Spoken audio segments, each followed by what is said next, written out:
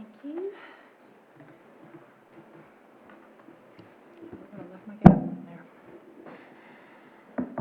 I'm going to call to order this meeting of the Windale Town Board of Commissioners.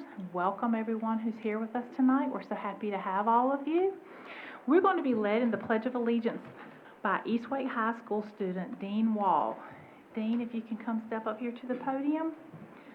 Dean is a senior at Eastwake High School and is a resident of Windale. Dean is the son of Jody and Gilda Wall. Jody is actually one of our police officers. Dean is a product of the Windale athletic program. He played basketball and baseball for many years. Windale Rams football, he was on the the Rams Mini-Mite football Super Bowl runner-up team and on the Mini-Mite football Super Bowl runner-up team again, Mighty-Mite and Mini-Mite, I'm sorry. Upon graduation from Eastwake in June, Dean's going to be attending North Carolina Wesleyan College in Rocky Mount, North Carolina. He has currently a 4.0 weighted GPA at Eastwake High School.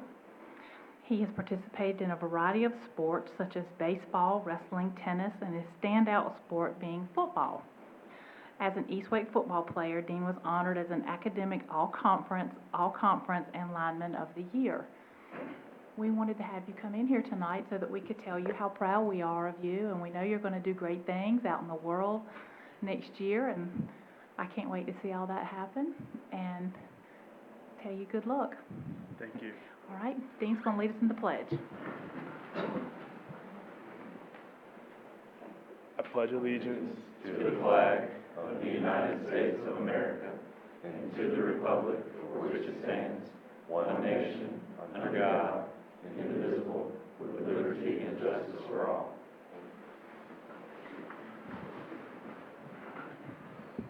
I've known Dean for many years. I walked back to tell him what was going to happen tonight and had him stand up to take a picture with me, and he's 1.5 feet taller than I am. And it caught me off guard. I think he's the tallest person that's ever led us in the pledge. Probably, so thank you for coming tonight. All right, tonight our invocation by the Wendell Council of Churches. We're going to hear from the Wendell United Methodist Church from Pastor Wallace. Good evening. Hey, good evening, Mayor, Commissioners, everybody. Glad to be here this evening. Just one plug for our church. We're having our annual that has not been annual for the past 2 years. Fish Fry is coming up March 11th. If you don't have tickets, I should have brought some, but there are probably some people in the room who have tickets, and they'd be glad to sell them to you tonight. Thank you, Jason. And Dean's, and I'm sure Joe has some too. And just a quick plug for all of y'all and anybody watching online, the sense of normalcy is starting to come back, knock on wood, and so if you're not going to church or if that's become slack in your life, now's the time to get back. I'm partial to Wendell Methodist. We'd love to have you there. It's the best Methodist church in town, and we would be very grateful to have you with us. But anyway, let's pray. Heavenly Father, we give you thanks for this day, and in all things we offer our thanks and praise to you, Father Almighty. I especially thank you this evening for our leaders in town, we pray for Mayor Gray, and we thank you for Commissioners Joyner and Lutz and Eatman, Ternaski and Deloach, and the ways that they lead us faithfully in this town. Would you guide them through difficult and laborious things like budgets and putting out fires, and we're thankful for them. For all of our leaders, we're grateful. For this sweet town, we're grateful. We pray especially tonight for the unrest in Eastern Europe, that your hand of peace might sweep over them, and that we would all know the love which you offer us all. Until that day when we know it in the fullest, we praise you, Jesus, who is our Christ. Amen. Amen. Are there any adjustments to the agenda? Do you have a motion to approve the agenda? Motion to approve the agenda. All right, motion to approve. All in favor? Aye. All right. Public comment period. The public can participate in public comment period in 3 ways. First, you can sign up for public comment the night of a meeting and you have 3 minutes to speak. Second, you can submit written statements via email to the town clerk by the Friday prior to a board meeting before 5 p.m., including your name and address for the record. And those comments will be provided to the town board and will be read into the record for the length of 3 minutes. You can also request to call the Uber conference line the night of the meeting by emailing the town clerk as well, providing your name, address, and your email, and a note that you want to speak in the public comment period, and you have 3 minutes to speak as well. We have one person signed up, and we have one that will be read aloud by the clerk. First, the person signed up is Regina Harmon. Good evening. Well, good evening, Madam Mayor, Commissioners. Hope all of y'all are doing well. I'm here to talk about Agenda 4D, I think it is on Give me your... your name and address real quick. Oh, I thought y'all knew me by now, sorry. Got it for the record. Regina Harmon, 6616 Tails Branch Road, Windale, North Carolina. Again, I'm here to talk about Agenda Item 4D. It's about parking downtown Windale. I'm aware that Mr. Matt is planning on giving us a presentation tonight about his thoughts on the parking in downtown, because, you know, we're growing, which is a good thing, and parking, you know, is and has been an issue. I was really excited to hear that it wasn't being voted on tonight, because a lot of us business owners were just made aware of this. And I was really excited to hear that Matt's going to give a presentation tonight, and then he's going to go around town tomorrow, and he's actually going to speak to the business owners. So I like that, you know, involvement and everything like that. I think that's very, very important to actually get our opinion on what or how we could better serve our community with you. But I would like to point out a couple of things prior to his presentation. The parking in downtown Windale is not an issue during the day. We've got plenty of parking for the amount of businesses that we have. We even have overflow parking behind Grill Billy's. If we were to put signage to direct people there better, that we could add probably 20 more businesses and still, you know, not have it affect us. Where the parking comes in as an issue is at night. That's when the parking comes in an issue, because, believe it or not, we're a happening little town at night. And we got a lot going on. We got some great restaurants. We've got some nice bars to go to and drink. We got some few other wonderful stores that are up and out for you to participate in. And that is where the parking issues come in. So one of the recommendations I'll make to Matt tomorrow with a few other items is, if we do put parking up and we have something along that lines and we're going to enforce it, it would be really nice if all we did, very simple, put up some 30-minute parking spots randomly down Main and 3rd, and then put some directional signs to get people to go over to the big location that our town's already paying for behind Grill Billy's. I think that's a park and ride, and it belongs to the town, if I'm not mistaken, and we're allowed to utilize that. That'd be a great overflow parking area for us. And those are the only two things that you could really do that would eliminate any problems at night or during the day. And then we would have to worry about burdening our police or having them stay over there, you know, for a long period of time, just constantly trying to write tickets. And it would certainly suffice the amount of traffic that our town is growing to and having in our community. But I do look forward to speaking to Matt in more detail tomorrow. Thank you. Thank you. All right, Madam Clerk.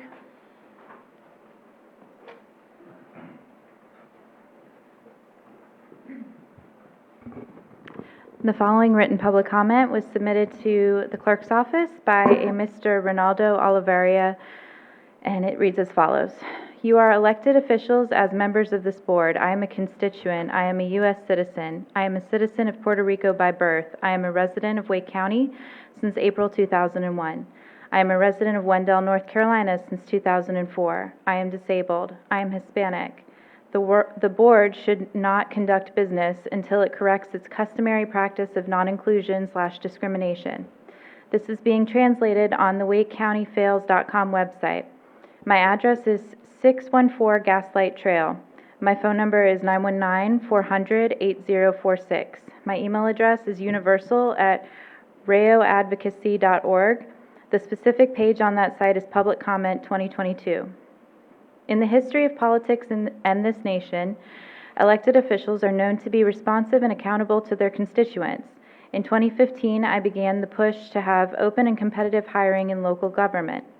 I pushed for an NC affirmative hiring practices in NC for veterans and the disabled. I met with elected officials. I presented them the argument and advocated policy changes.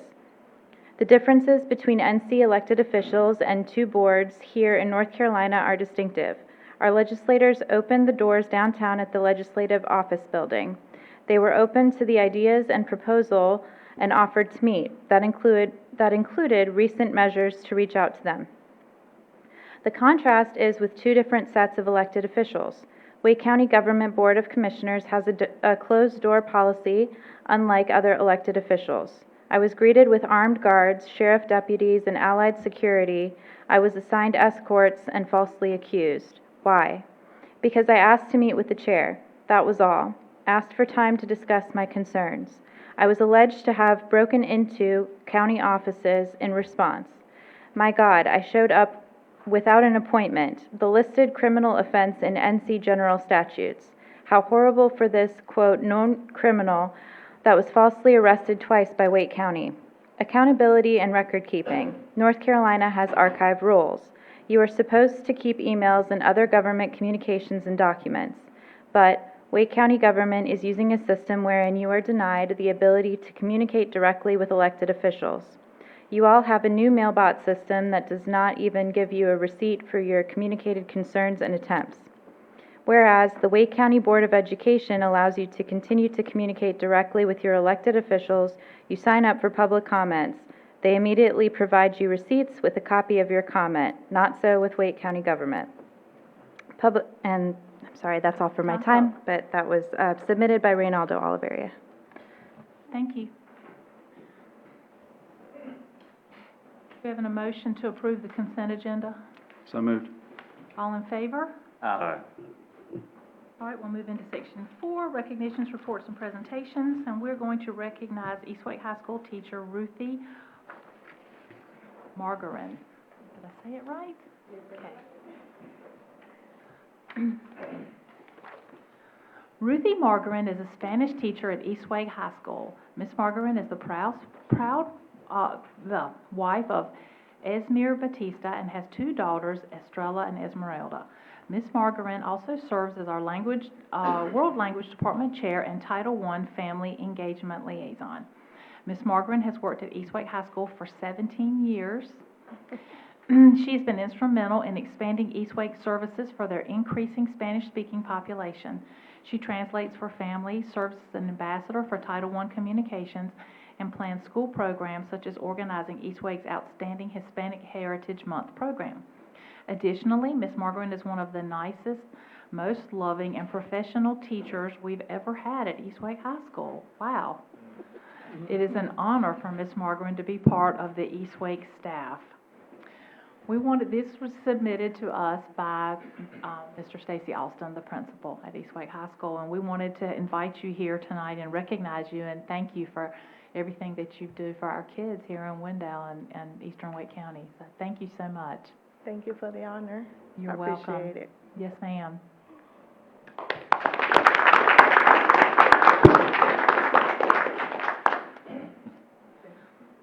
All right, item 4B is a proclamation proclaiming March 2022 as Developmental Disabilities Awareness Month in the town of Windale.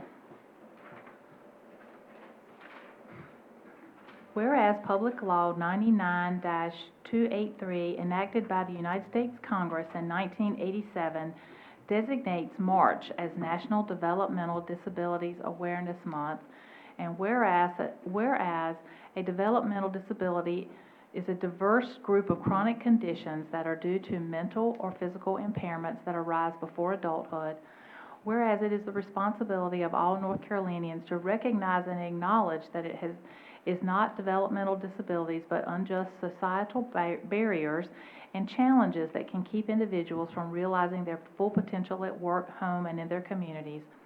And whereas it is important that we expand opportunities for individuals with developmental disabilities, including access to integrated employment, education, housing, health care, and civic engagement to promote community participation.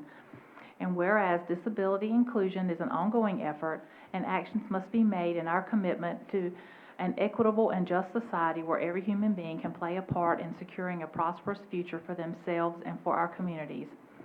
And whereas the right to education, to meaningful employment, and to equitable access to every resource within our communities are basic human rights, policies must be developed, attitudes shaped, and experiences offered to all individuals, including those with developmental disabilities. Now, therefore, on behalf of the Windale Town Board of Commissioners, I, Virginia Gray, Mayor of the Town of Windale, do hereby proclaim March 2022 as Developmental Disability Awareness Month in the Town of Windale. And I urge our residents to join together in improving the lives of people with developmental disabilities and their families through advocacy, capacity building, and system change. Duly proclaimed this the 14th day of March 2022, and it's signed by me. So that was submitted to the town, and we're happy to do that.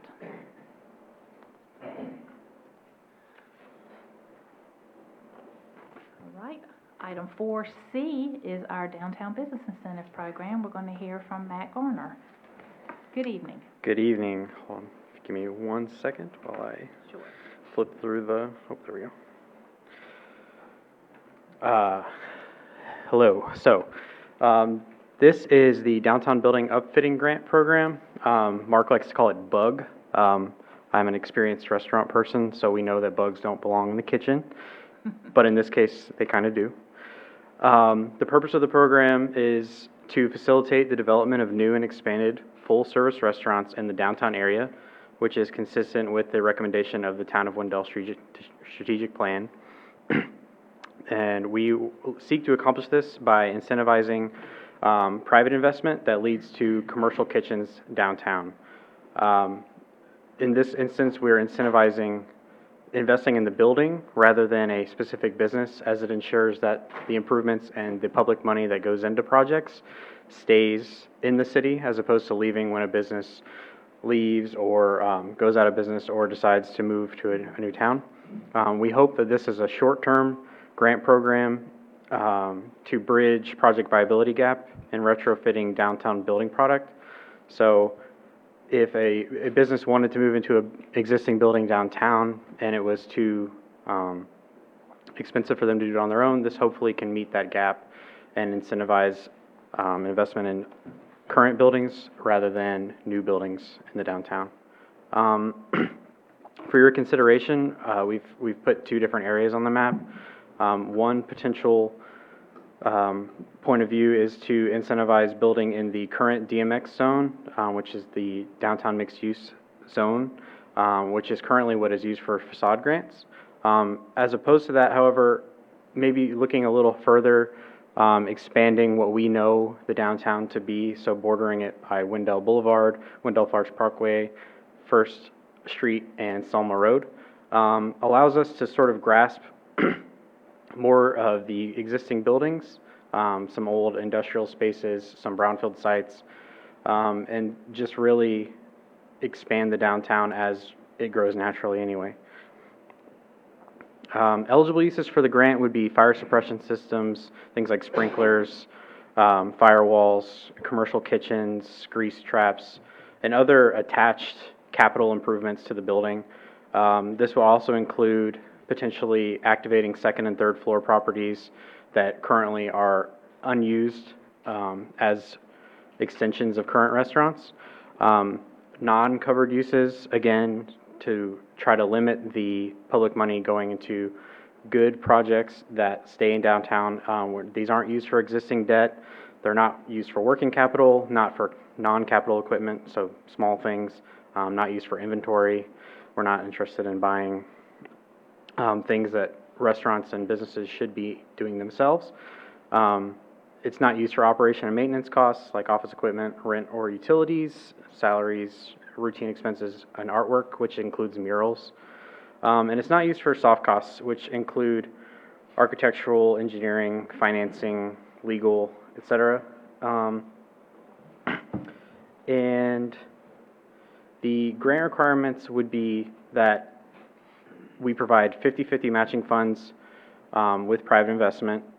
The amount of the funds would be determined by the board every year in budget appropriations. So it could change. And like I said, hopefully this is a short-term gap grant program. So it wouldn't be a yearly thing moving forwards if it's successful.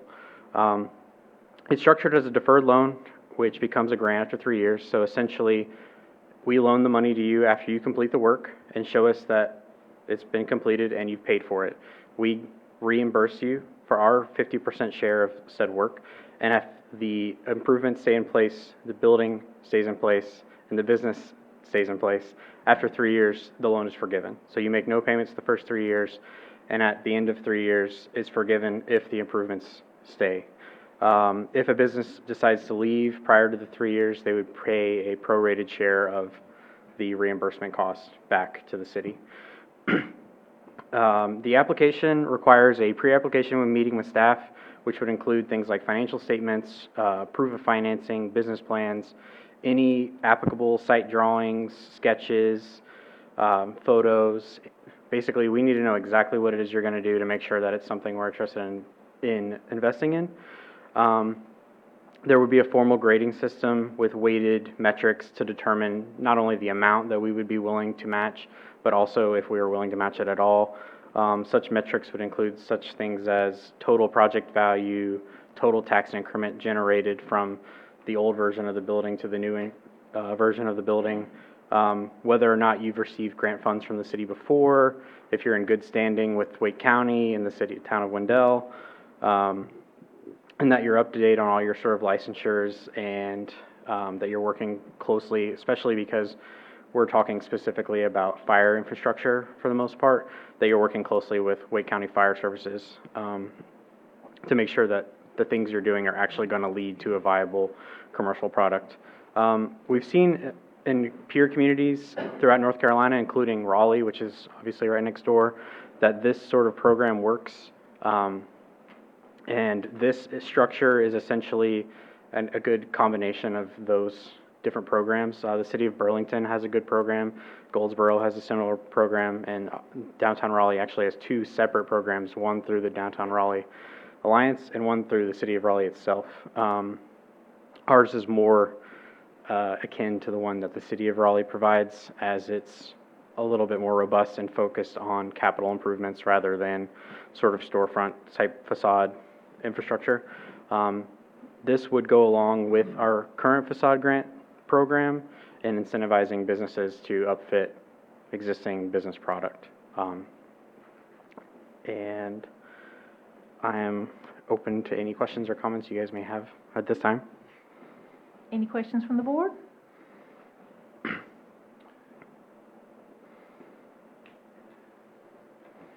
I do have a quick one.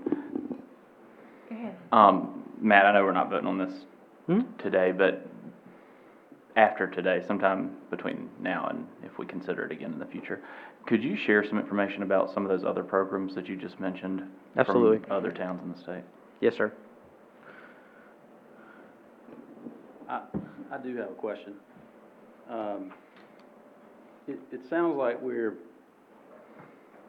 maybe going more towards sprinkler systems, grease traps, that kind of thing. Mm-hmm.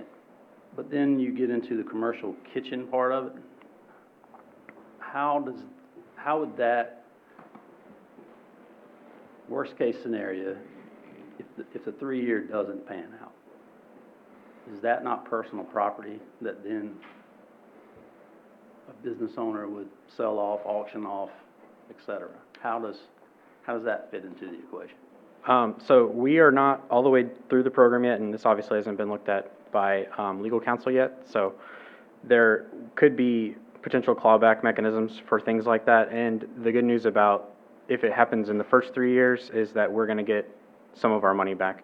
The other idea is that these capital improvements we're talking about, we're not talking about things that are easily removed and sold. And large-scale commercial kitchen upgrades, if we incentivize the infrastructure and the tearing down of walls and the building of the fire suppression systems, it's unlikely that we're going to be incentivizing an oven or We're talking a stovetop. captive air, Um, ventilation systems, Right. that type thing. Yes, sir. And of course, those things would stay with the building, which is one of the reasons why this program has worked successfully for public corporations, because it allows for the money to stay in the building rather than leaving, like you said, and then just selling the equipment. Yeah, I like the idea of it. I don't know that we want to, we're not trying to be business partners necessarily. Absolutely. But I understand the intent. Do you feel like it creates, should that happen, Mm-hmm. do you feel like it creates a location that would then be attractive to another person because the grease trap is already there? Or Yes. those Right. things, it's more ready for that kind of thing. I do think that's an area where we're kind of lacking, is we don't have. Right. This allows us to be proactive instead of reactive. So instead of a restaurateur or some budding entrepreneur saying, hey, I would like to open a restaurant in Wendell, we can talk to a business owner who wants to make a capital improvement to their building, which not only improves the tax base of the building, which money flows back to the town, but also creates a marketable product to sell to those entrepreneurs moving forwards. And if it's flexible enough, it's not limited just to a specific type of restaurant. It would be for any restaurant, or if we're talking about just fire suppression, it may not even have to be a restaurant somewhere down the line. But absolutely. Okay. Any other questions or comments from the board? All right. Thank you very much. Thank you. And we'll definitely be bringing this back to you at some point. Okay. And now item 4D is the 2-hour downtown parking implementation. So the town of Windale's downtown area is a popular place for eating and drinking and shopping. With the exciting growth that's been taking place, it's not hard to see additional visits to the area, which can lead to challenges with parking. As a result, the town will begin enforcing 2-hour parking from 8 a.m. to 6 p.m. in specific downtown locations that need convenient, short-term parking for people wanting to visit downtown for quick trips. This will help ensure those visiting downtown have an opportunity to visit stores and restaurants. So, as you can see on the map, parking is monitored between 2nd and 4th Streets on Main Street and on 3rd Street between Cypress and Pine Street. That is from 8 a.m. to 6 p.m. every day of the week at this point. This parking is limited to 2 hours in the orange-yellow area. In the green, we've highlighted sort of city and public parking options nearby. So just for some reference, the covered area in the orange is 94 spaces. Just Campen Street, Depot Street, and 4th Street have 97. So there is more parking on street that is not monitored or 2-hour restricted within 1 block of the orange restricted parking as there is in the orange restricted parking. And I believe that that will more than compensate for any perceived lack of time that visitors are allowed to spend in the orange area. Specifically, we'd like to make sure that we're getting the point across that this is an economic vitality policy, not some sort of punitive action. That's the reason that I'm here speaking on it rather than the police chief. We want to make sure that parking is turning over appropriately, especially during the day when there's a higher likelihood that if you're visiting downtown, you're not staying for more than 2 hours anyway. We feel that 2 hours is an abundant amount of time to visit multiple locations. You can get your hair cut, get lunch, and then get a pastry or a bottle of wine to take with you home for dinner. We also believe that 6 p.m. at this point is an appropriate cutoff time because after 6 p.m., people are more likely to spend more than 2 hours downtown. If someone is spending more than 2 hours in some establishments, we don't necessarily want them getting in a car and driving home. And the police presence after 6 p.m. as crime, even what little we have of it, grows more prevalent. Police bandwidth is needed elsewhere rather than enforcing parking The policy rollout for this will begin with this presentation, and as has been mentioned before, I plan on going door to door to all the downtown businesses that will be affected, having face-to-face conversations with them tomorrow, and then Public Works should take approximately a week to install signage indicating the 2-hour parking limit, and then from that point on, the police will engage in a month-long period of enforcement and education without penalty, where they will give warnings. Those warnings are important so that we get used to the process and accumulate data, and then after a month, the enforcement will begin as normal as any other ordinance, excuse me. Parking turnover is important for businesses because it allows for convenience for people just running into one place or just picking up food to go. It allows for convenience for new visitors who may have never been to Windale before and maybe wouldn't stop if their parking wasn't convenient. And it also allows for a convenience for a time-pressed lunch crowd. Most of us, when we eat dinner, have the benefit of having as much time as we need to eat our dinner, but most of us at lunch don't have that. So if you just have an hour, maybe you choose not to go to downtown Windale. If every time you do, you have to park a couple blocks away and walk, or you spend 5 minutes looking for a parking space. Right now, a vehicle can park in any space all day, which could potentially derive zero revenue for any downtown business. 2-hour parking would allow for, at minimum, 5 turnovers in that 8 a.m. to 6 p.m. window. And if they all visit a couple places, that's 10 new or 15 new visits, potentially 10 or 15 new sales per parking space per day. So we believe that there's a great economic opportunity here with parking turnover, and we believe that it'll have very minimal negative effects on the community. We would also like to point out that there is the park and ride lot, as well as the 2 public lots by Town Square, as well as numerous parking opportunities on Pine Street, Cypress Street, and the private parking behind most of the Main Street businesses. And with that, if you have any questions or comments, I'm happy to address them. Any questions from the board? I do have one. Yeah. Matt, it's my understanding that this map, I love maps, first of all, you'll learn that, is reflective of what's in our town ordinances today. Yes, sir. And the piece I specifically have a question about is the green portions. I see in the key, it has a note that says no overnight. Is that in our town ordinance currently? I don't believe so, but we'll check.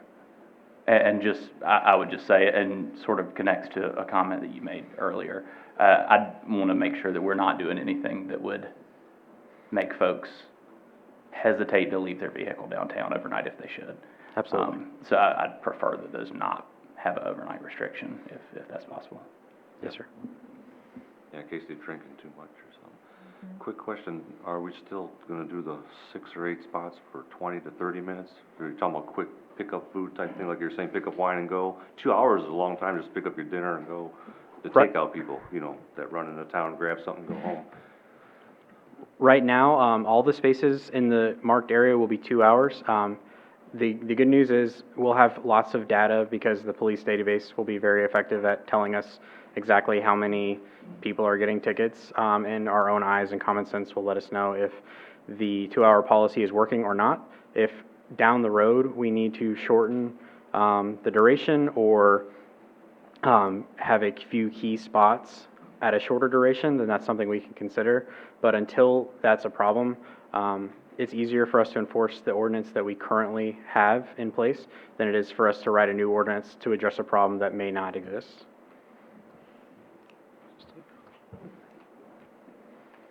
And just a comment, that on my way to the meeting tonight, I noticed that the northern end of Perry's Gun Shop had 9 cars parked right beside Perry's, but Perry's was closed. And I know why that's happened, but also, Derek, 3 years ago, No one was parking on the other side of Perry's once Perry's left, and the police chief would probably get a little concerned if he saw that. So some of this will ebb and flow, and I understand that. I appreciate staff's approach at taking a good initial first step, some broad parameters that are easily understood. I can certainly, and I know that we've talked about it in a previous work session with Commissioner Tarnowski's idea on shorter times. For me, it's one, don't pass an ordinance that you don't intend to enforce, and two, in that particular scenario, a 30-minute rotation of a police officer needing to be able to enforce something every 30 minutes takes up a third of our police force every 30 minutes. So I appreciate this approach, and I certainly appreciate that you're going to be out and about. I'm excited about the last agenda item. I didn't have a comment on that one. Excited about the last agenda item you presented. I think this is a good first step. I appreciate the fact that you mentioned that we'll be able to look at this, we'll be able to look at the data moving forward based off this decision. If no one else has a comment, I'm happy to have a motion. Any other comments? I do have one Okay. additional brief one. I think this is probably a question for Mark, but Matt, not to get beyond sort of your scope of this, and I appreciate the fact that this is being presented from the perspective that it is, because it's not about we've got to crack down and have some big enforcement action to go find out who's breaking the rules. This is just about providing a good environment for businesses in downtown. That being said, Mark, can you or the chief talk just a little bit about sort of how you envision enforcement working, especially as we sort of ramp into beginning to enforce this ordinance that's been on the books? Yeah, I can share with you what's been talked about by staff, and it's something we've spoke over. The board started talking about this. I'm trying to remember how long ago. It's been a while. It's been a while. Yeah. Y'all got into it again last summer. We started going through it and needed to get past the holidays and to a point we felt comfortable rolling it out. The main point on this is less about the enforcement action and the ability to write a ticket, as that tends to be more reactive for people who are really abusing a spot. You get into a particular individual who continues to park in excess of 2 hours.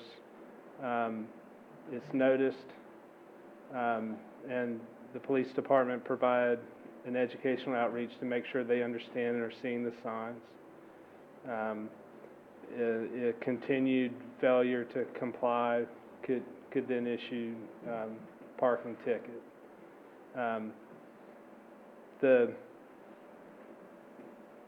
We hope that an education and communication outreach is far more effective with this program, because it's really about the more turnover you can have in vehicles in front of your business, the more likelihood the consumer feels that they get the lottery ticket parking in front of a business. The more likely they're gonna go, yeah, downtown Windale. If you go down and there's long-term parkers and there's never a spot there, it's less convenient. And so I was just kicking through, if I was going to go get my financial plan done in the morning, pick up my takeout at Everest, and then I noticed Carter's new location and want to get a loaf of bread or dessert for dinner to take home. That's probably more than 20 or 30 minutes. And we would have deprived, at this point, those businesses, those 5 customer opportunities at this point. So until we know the 2 hour doesn't work, and this has been on the books for 15 years. If you didn't see this coming, I mean, come on, 15 years coming at you. That's a slow train, folks. But that's really what we're talking about. It's about getting those business opportunities for our businesses now that our downtown is relevant. And if you recall, 3.5 years ago when we started strategic planning there, and we talked about the problem we want to have is a relevant downtown that requires a parking program. We have to put up the signs for the first time in 15 years since adopting the ordinance. That's a great problem to have. But let us take that first step as staff. We pledge to be gentle and educate. That's police department has a lot of other things that they have to help us with in society with, and they'll be there when needed. But otherwise, we'll let them do their thing, and just encourage that churn through employee and business outreach. And I hope that's my normal manager long-winded response that should be a 1-minute question. I'd expect nothing less, and I appreciate it. Thank you, Mark. Thank you. Other questions or comments from the board? I'll just say, getting the signs up is the first step. Creating the awareness is the main thing here. I don't think anybody's chomping at the bit to write a bunch of tickets. Again, it's been around 15 years, so let's get the signs up and just start educating. Yeah. I like the idea of collecting the data and information and seeing if changes need to be made based on that, not just based on what we think.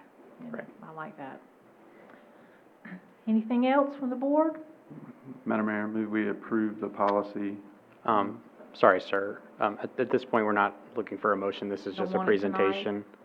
Because you gotta remove the no overnight parking thing too. Oh, well, there's actually no policy to, this is why it's on presentation Okay. only, there's no policy to adopt on this. Okay. All we're doing is notifying, you said come back with the plan to implement a shorter parking downtown.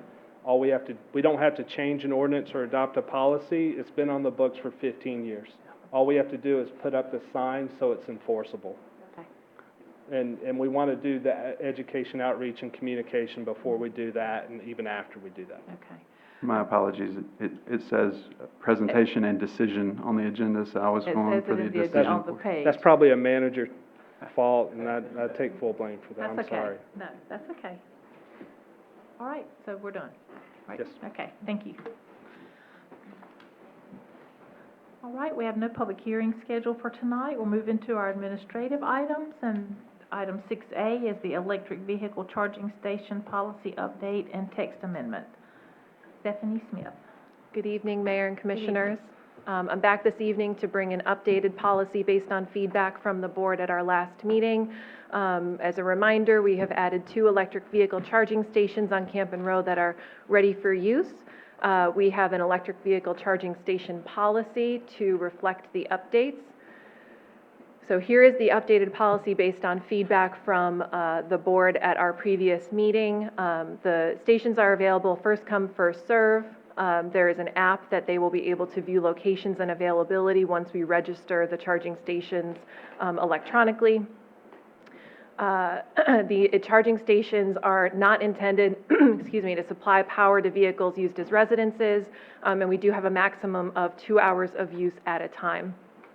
We do have a food truck policy, so food trucks will be able to use those spaces when they are approved as part of our policy. We do have the parking spots that are available just for electric vehicle charging. Violators will be subject to applicable tickets and fines. Our Public Works Department will be supporting the mechanisms themselves, so they will be able to respond if there are any technical issues. I'm happy to answer any questions the board may have. Any questions from the board? Comments? There's still no charge? Correct. No charge, they're still free? I do have one. Sure. But Stephanie, would you mind talking just very briefly about how food trucks, are there other food truck spots in that area, or will these remain the food truck locations? And I know that food trucks can plug into them, so that probably is the answer, but just... Yeah, so our food truck policy allows for food trucks to be located on Campen Street or on Depot Street, or any location that the town manager approves in our DMX downtown district. The appeal of those particular locations are, as you identified, trucks can actually plug into those spots, so they don't have to use their generator, which our policy states is preferred, to not have to use that generator. And one quick follow-up. If a food truck, normal-sized food truck is plugged into one of them, there are two chargers, is the other charger generally accessible, or does that just... It depends on the food truck. Okay. I would say most food trucks would occupy both spaces. I know that there are teeny tiny food trucks out there, so potentially there would be that availability. I think depending on the event and the use, we would recommend limiting the availability so we don't have vehicle travel happening in close proximity with a food truck that naturally has pedestrian foot traffic surrounding it. Thank you. Anything else from the board?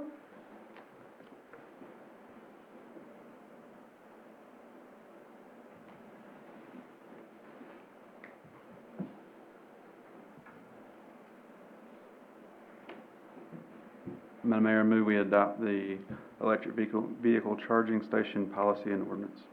So we have a motion to adopt the electric vehicle policy station ordinance, charging ordinance. Is there any discussion on the motion? All in favor? Aye. Item 6B is the approval of proposal for professional services for American Rescue Plan Act policies. Mr. Johnson.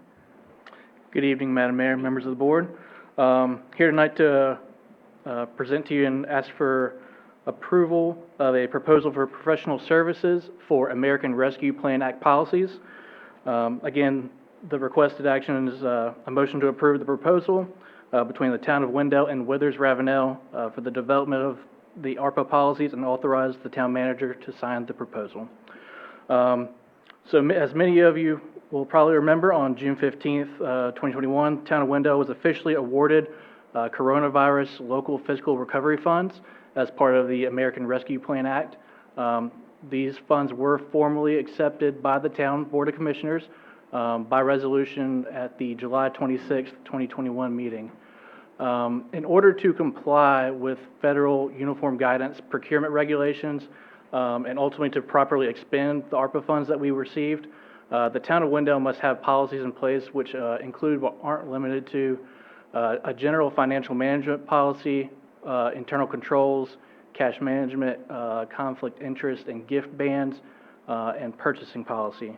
Again, that's just a few of them. The list is probably, I believe, most recent list I've seen from Withers was about 3 times as many policies were expected to have in place. The town solicited and received a proposal for services from Withers Ravenel to provide assistance in creating these internal policies to utilize ARPA funds. In addition to maintaining compliance in regards to the federal ARPA funding, these policies will allow the town to properly spend any future federal funds directly received as well as applied for funding from competitive grants that require uniform guidance compliance. Staff requests that the Board of Commissioners approve the proposal for professional services and authorize the town managers to sign the proposal on behalf of the town. If approved, all policies created under the proposal will be brought back to the board for adoption. I'd be glad to take any questions or comments. Any questions from the board? A real brief comment. Okay. I'm really appreciate all the work that y'all do to make sure that we spend the tax dollars that we generate in Windale in a really accountable way. And having dealt with federal money at work on a few different occasions, I know that whenever funds come down from Washington, they come with lots more strings attached, especially these. And so I think at the end of the day, you gave a great presentation, but the point is this is all about making sure that we're spending those funds in compliance with all the rules that have been handed down to us. And I'm all about going doing everything we can to make sure that we're checking all those boxes and covering ourselves so our friends in Raleigh and DC don't get mad at us with what we do with it, and we can do good work at the same time. So thanks for bringing this to us. Thank you. Anyone else?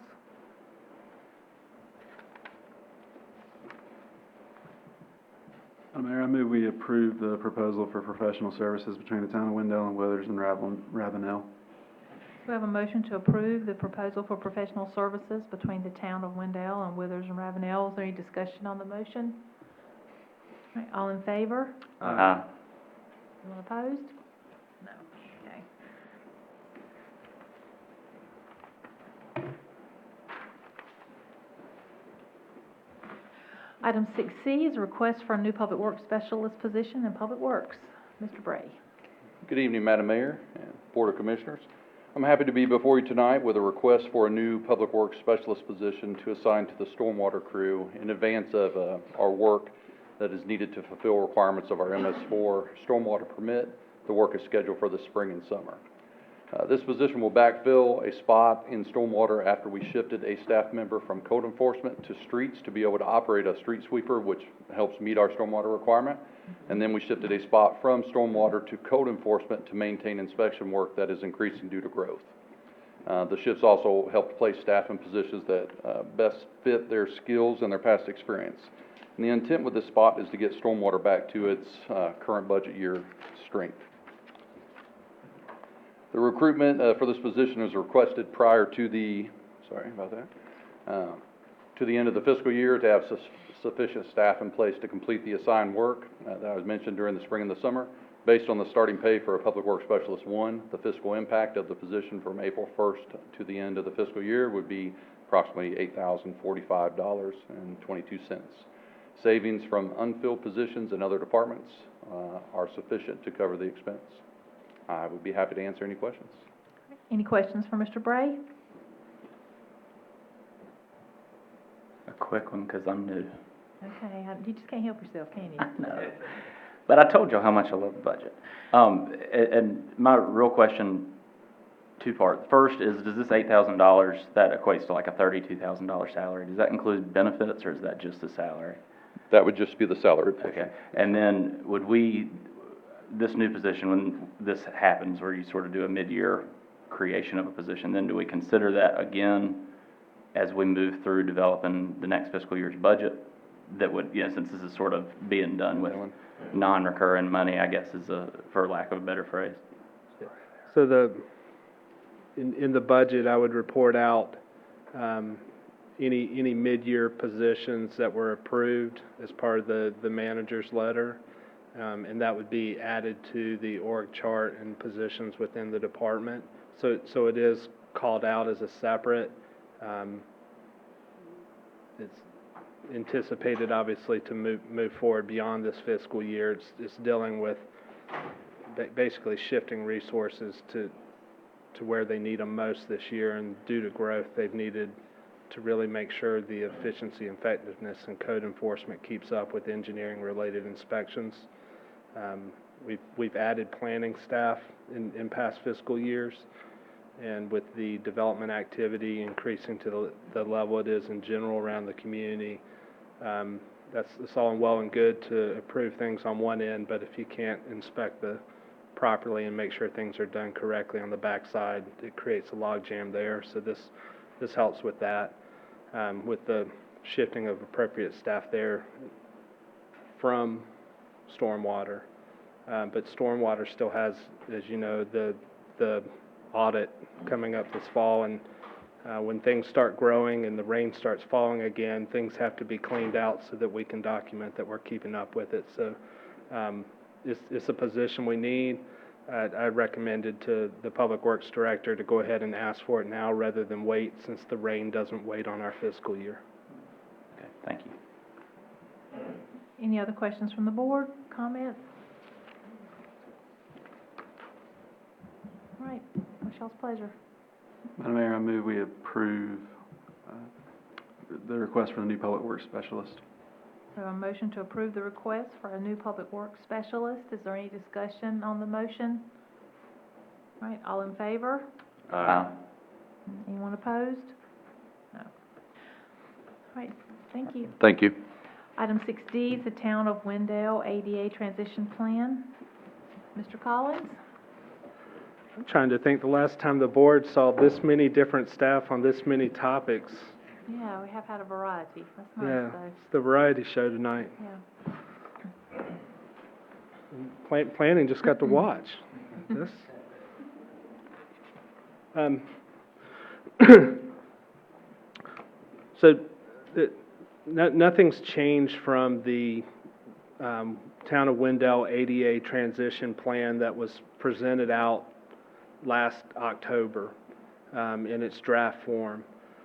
Well, except for about 400 pages of all the documents in the back, all the evaluations of individual sidewalk crosswalks, all the checklists for all the facilities, all the public comments from the public survey, and the implementation schedule. Those are the additions. The purpose, what it's achieving, none of that's changed, and why we're doing it. And why we're doing it beyond it's the right thing to do to be an inclusive community is that our public organization a couple years ago exceeded 50 employees. And under the Americans with Disability Act, any public entity with more than 50 employees is subject to specific articles of the ADA. And one of those requirements is developing a transition plan. There's not a expectation of public entities to immediately update everything overnight. It's hard to make all of those adjustments to be accessible. But the plan does set out a schedule and means to get things there. And so that's the rather meaty document that was provided for your consideration of adoption. Beyond just going through the ADA checklist for existing facilities, looking at sidewalks, they also looked at programs and policies of the town, and making sure that just how our programs are reviewed or that they're done in an accessible manner. One of the areas we'll need to update is our website to make it ADA accessible. So a new website redo in next year's budget is part of the anticipated IT budget coming up. The plan identifies all of the physical deficiencies in our current building. This building is horribly deficient for ADA accessibility. Citizens have pointed that out, and that's no surprise. That's no surprise. One of the many reasons we need the new town hall is that it's designed in an ADA accessible manner. And so a large subsection of the ADA transition plan of things that are deficient with this building get checked off with the new town hall that'll open up next fiscal year. And so next fiscal year, there's a major commitment by the town of Windale to implement its transition plan in year one. I'm sure the public has seen efforts for different sidewalk improvements around downtown and throughout the community in the past year, and those will be continued in future years. As we build new facilities as a town or accept private infrastructure as public infrastructure, we have more of an eye, and we've asked our engineers to ensure that those are compliant and accessible with ADA. And so there's a greater awareness in all of our processes in what we do and what we accept moving forward as a community. All the facilities are in there. I've worked with the consultant to make sure that, for instance, the new public works yard being constructed in a couple years, ADA compliant, that addresses some of the public works issues. The acquisition of a police station property and future construction of a new police station takes care of the police station. So the one good thing about needing new facilities with the growth of our community and our organization is that we will be one of the better accessible communities in the area because we'll have new facilities that are accessible. So that'll be something that we can be proud of in a few years. With that, I know the draft presentation, and the document's been around a while, but if you have any questions or comments you'd like to make, I'd be happy to assist.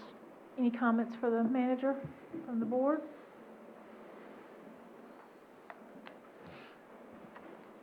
Madam Mayor, I move we adopt the Town of Windale ADA Transition Plan. All right, we have a motion to adopt the Town of Windale ADA Transition Plan. Is there any discussion on the motion?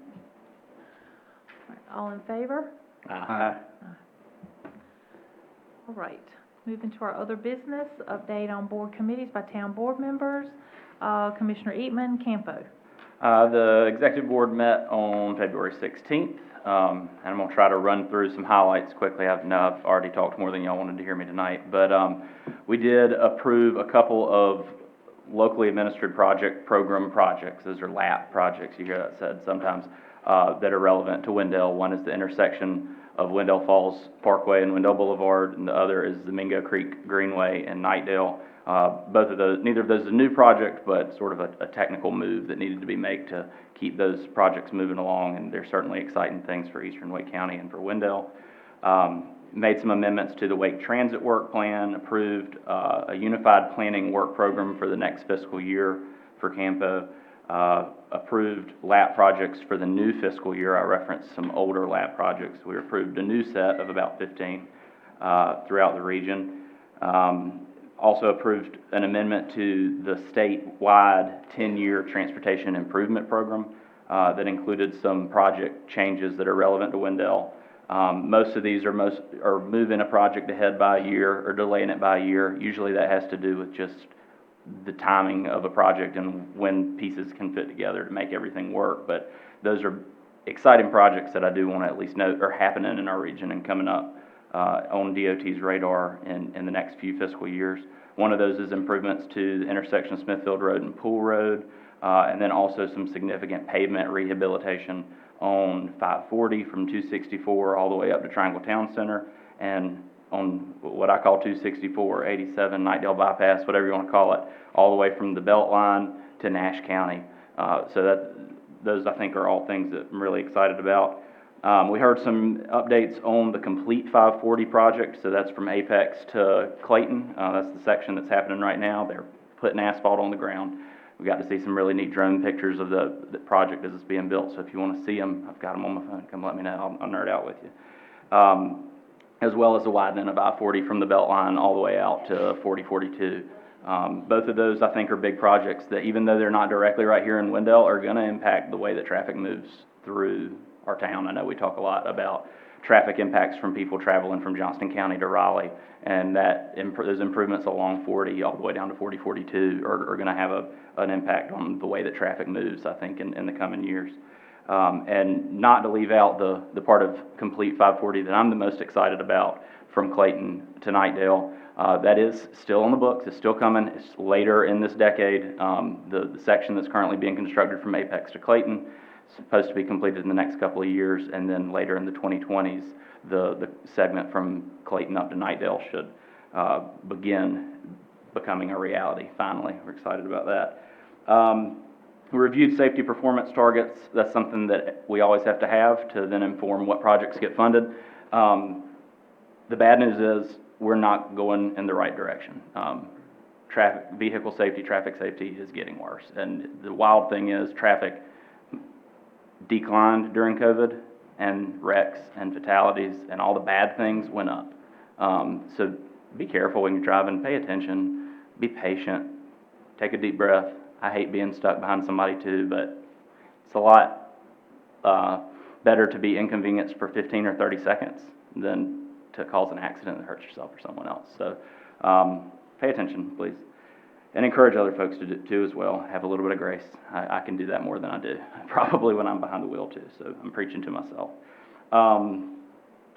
Finally, we talked a little bit about the Mobility Management Program Implementation Study, which I think Wendell is represented on the Technical Advisory Committee for, to make sure that people are able to travel and get around to the places they need to go, the doctor, the grocery store, other places in our community. And most importantly, I don't know if there's a most important thing out of this list, but finally, we did adopt our 2050 Metropolitan Transportation Plan, which has been in the works for a long time. And that's something that's always being updated, but that is the long-range plan for transportation in our region. And it has a lot of interesting projects on it. I'm happy to talk to you about the details of that anytime. Call me if you want. All right, thank you. Let's move into our commissioners' comments and start with Commissioner Joyner. Thank you, Madam Mayor. I wanted to congratulate Commissioner Lutz and his wife Janelle on the grand opening of Windale Eye Care. Really cool, very cool redo of a bank building. I would have never envisioned it turning out that way, and it looks awesome. Goes to definitely an addition to our downtown. If anyone tuned into the meeting, our last meeting early, you may have caught me in a hot mic asking Commissioner Eatman why the heck he was here. I want to clarify that now by saying he had just let us know that he is engaged to Miss Emma Gardner, and was that day. It was Valentine's Day, so I want to congratulate them on their engagement and explain that, my asking why he was here was not a derogatory comment towards him, but maybe a questioning of his common sense. Pastor Wallace covered my next one earlier, but Wendell United Methodist Fish Fry, we have the best recipe you could ever know, and that is Fitzgerald's. Give me a call. I've got your tickets. Happy to talk to you about anything else and get you a ticket.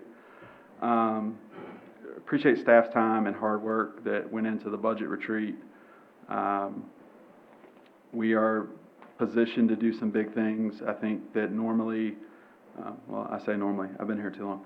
In my first couple years, I'd be very nervous about staff bringing us new positions mid-year, new policy ideas that sound like 50-50 matches that could be very expensive mid-year, ADA transition plans mid-year. The staff has worked very hard to earn the financial and forward-thinking reputation that they have, and I want to thank them. The budget retreat was an awesome glimpse at the beginning, and based on the stacks of, I think were budget requests I saw on the manager's desk this afternoon, got a fair ways to go, but I'm excited about this budget process and the things that it's going to do for Windale. And in that vein, got a text message earlier today from Commissioner Adamson, who's a Wake County Commissioner, but certainly want to thank staff and Wake County Commissioners, lots of others that have been involved. The Wake County Commission moved this afternoon to approve their recommended ARPA projects, which means at their next meeting it'll be on consent agenda, but that includes $1 million for Carver School. It also includes $111,000 for East Wake Education Foundation. That's real money. And, I know Stephanie worked hard to get that application together. I know we've had a lot of folks that had a lot of irons and lots of fires, but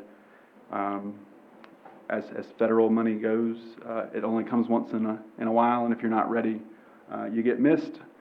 This is going to be a transformational project for a core group of awesome folks that have a really big idea that have been working on it for a long time, and I'm excited to see it. Thank you, Madam Mayor. Yeah, I agree. It's very exciting. Commissioner Eatman. I think I've already said enough tonight, so I'll just thank you all for indulging me. Commissioner Tarnowski. Good evening, Mayor. And I also like to talk about the budget retreat. It was great, and looking forward to maintaining and cutting taxes, especially for the people in town that are on fixed incomes and retired, so they can still live here as they plan on. Thank you. Commissioner Deloach. Thank you, Madam Mayor. I want to congratulate East Wake Warriors basketball teams. Boys advanced in the state playoffs. They actually lost last week, but they finished 19-6. Their JV team is 20-1 this year, so I anticipate that they'll be good for some time.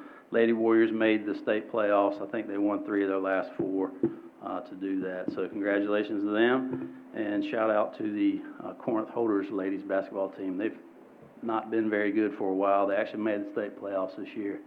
They've got some young talent, so excited for them. Congratulations to them. Commissioner Joyner touched on it. I do want to thank, obviously town staff for their hard work. I do want to thank Wake County Commissioners. we've got quite a bit of money coming to Windale, so that is exciting. I was able to spend time at the Carver Center with Pastor Bell this past weekend. Took a tour of the facility, just talked with him. You know, the before and after of that is going to be pretty amazing. So excited about that transformation. He said something that stuck with me Saturday, talked about potential and potential and potential, and when you add resources to potential, then beautiful things happen. So, so true and so excited for that. Commissioner Adamson came to town. She spoke at our Rotary meeting a couple weeks back, and for me, being in Windale, we often get the red-headed stepchild, so to speak, sometimes, but I can tell you that that is completely false. We have tons of interest. We have tons of folks that spend time here. We have people that reach out to us. I know personally, I have conversations. I don't speak for everyone. I'm only one board member, but, we have interest, we have care, we have concern, and I think that, the money that we see, there was $20 million, and the requests were, 8 times that, maybe 10 times that. But, the fact that we were in the top 3, I think, speaks volumes for what we're doing here in Windale. So I would just say I'm proud to be here, proud to be a part of it, and thank you for all this board does for our town. Thank you, Madam Mayor. We're definitely not redhead stepchildren anymore, I think. Between that, Wake Med, Wake Tech, it's a long list of great things. The Launch Windale program is looking for mentors. If you're a business owner and you're interested in being a mentor in the program, give us a ring. We'll figure out how to get you connected to someone.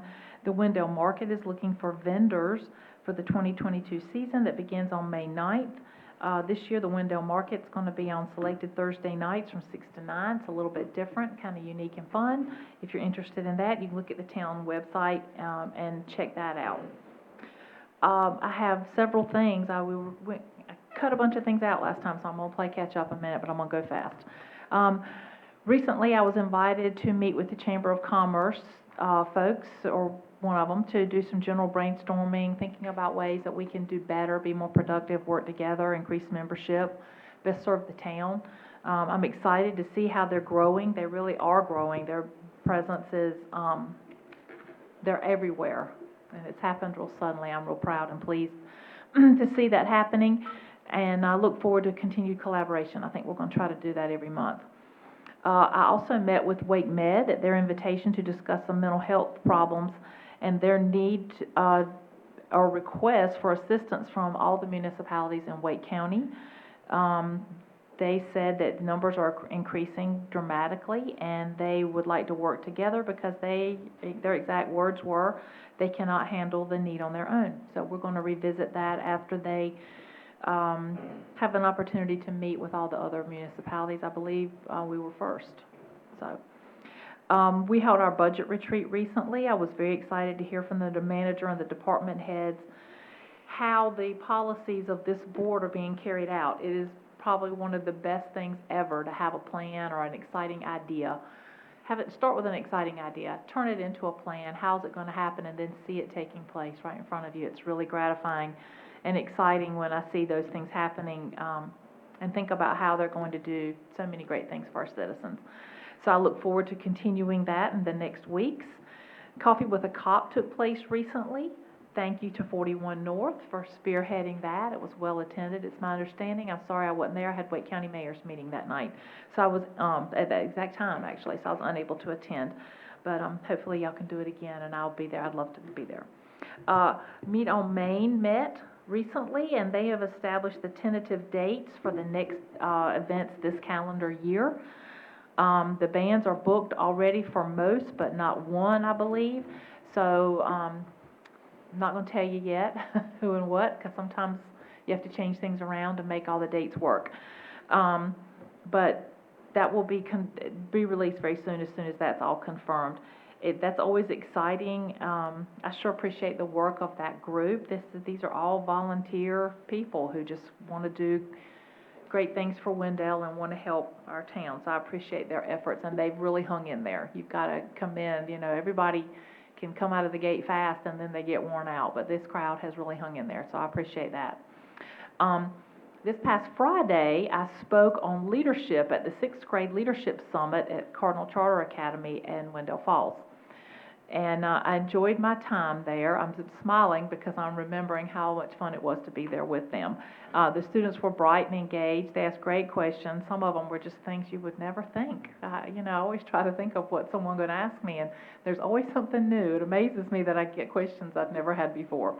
I certainly enjoyed spending the morning with them, and I look forward to doing it again with them sometime soon. I was invited by Representative James Robertson and the mayors of Knightdale and Zebulon to the Eastwick Senior Center this past Friday as well. That was Friday afternoon. The purpose was to collaborate and discuss the needs of the center. The model for senior centers is changing a lot from less of a regional model to more of a municipally driven model. And actually, we've already recognized that here. What they will promise is that what it is in the new model is that usually the Wake County will provide a Health and Human Services employee trained in the needs of the aging population. So it's more than just someone sitting in there answering the door and answering the phone. I was excited to be able to tell them that we've actually anticipated this change and already developed a concept just like that for Windale. Our plans are about 5 years out, so they were very happy to hear all that. Incorporating senior services as a special population within our Parks and Recreation Department. So this would include a senior center at our park and things like that. So this is all something that we're going to work on, but senior programming as well. So that's exciting to know and exciting to hear. And I think that the days of regional centers for seniors is definitely on the way out. And I believe they said Apex and one other town, I want to say it's Fuquay Arena, is getting ready to open their own as well right now. So, if you think about it 5 years from now, that's kind of about where we are behind them, likely, or at least at the point where 5 years from now, we definitely could take on that challenge. Let's see, so next I have something I have to request. The challenge is, in this whole situation, is the addition of a new senior center is 5 years out. So what are we going to do in the meantime, because we're out of space? They are out of space. So they need some stopgaps to help hold them out. They have been using some church space and some volunteer people to teach some classes and things like that, but they still need a little bit more. So if you have spaces, classrooms, fellowship halls, etc., where you could allow a class to be taught for 6 or 8 weeks, once a week, or if you have a skill and you could volunteer to be a teacher, it could be pottery, dancing, exercise, nutrition, painting, anything like that you could volunteer to teach our seniors. If we could match, or they could match you up to a location, that would be greatly appreciated. I know a lot of places that have space, and I know a lot of people that are very talented and can do things. So I'm hoping that you're going to contact me so that I don't have to start calling you, because you all know who you are. And this is something we all need to do, and it's a feel-good thing, and you get a good feeling from it. So I hope that you'll be willing to participate. All right, that's all I've got for tonight, and I believe we have a motion to go in closed session. Commissioner Joyner. Madam Mayor, I move we go into closed session, General Statute 143, 318.11, subsection 6. All right, we have a motion to go in closed session. All in favor? Aye. All right.